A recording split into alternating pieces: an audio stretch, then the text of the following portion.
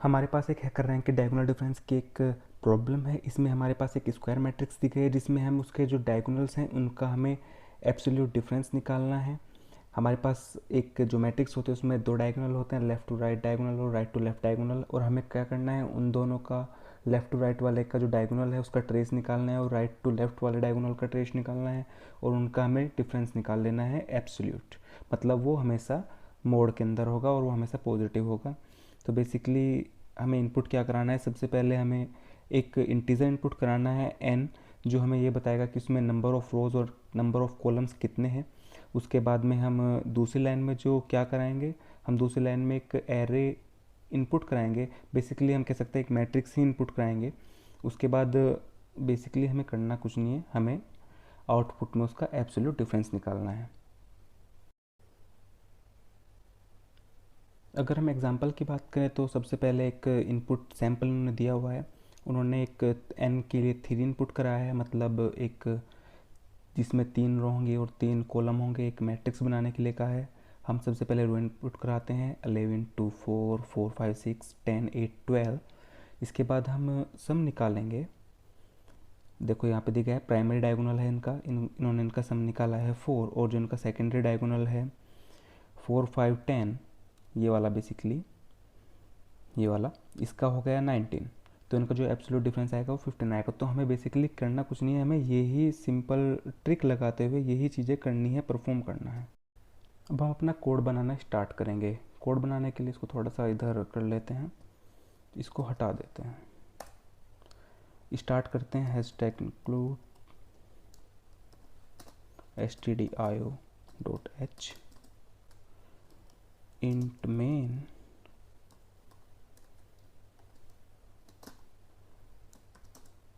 Integer ले लेते हैं, एक एरे बना लेते हैं 100 का, क्योंकि उन्होंने कहा हुआ है कि उसके अंदर हमें 100 के बीच की वैल्यू लेनी है। और एक हम आई ले लेते हैं, एक जे ले लेते हैं, क्योंकि हमें एरे मैट्रिक्स इनपुट करानी है तो हमें दो चीज़ की ज़रूरत पड़ती है। देखेंगे कैसे कराएंगे इसके लिए। एक पी ले लेते हैं प्राइमरी डायगोनल के लिए, और एक क्यू ले लेते हैं दूसरे डायगोनल के लिए। और इसके बाद सबसे पहले एक एन भी लेना पड़ेगा, क्योंकि हमें सबसे पहले तो एन ही लेना है। सबसे पहले स्कैन लगाते हैं, एड्रेस ऑपरेटर एन।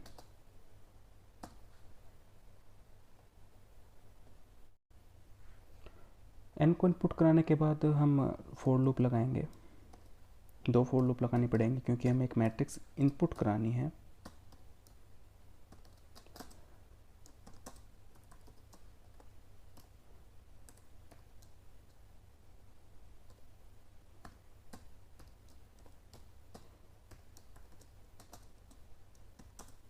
अब हम स्कैन कराएंगे, scan F percentile D address operator A I and J. हमारा मैट्रिक्स को इनपुट कराने का वर्क कंप्लीट हो चुका है। मैट्रिक्स को इनपुट कराने के बाद हमें अब सम निकालना है। तो हम प्रिंसिपल डायगोनल के सम के लिए सबसे पहले लूप लगाएंगे। बेसिकली हमें एक इनपुट एक फॉर्मेट दिख रहा है, जो हमारा यहाँ पे 1 है ये 0 0 पे है, 5 है ये 1 1 पे है, और 9 है ये 3 3 पे है। तो इसी को हम बेसिक लेके अपना एक लूप लगाएंगे।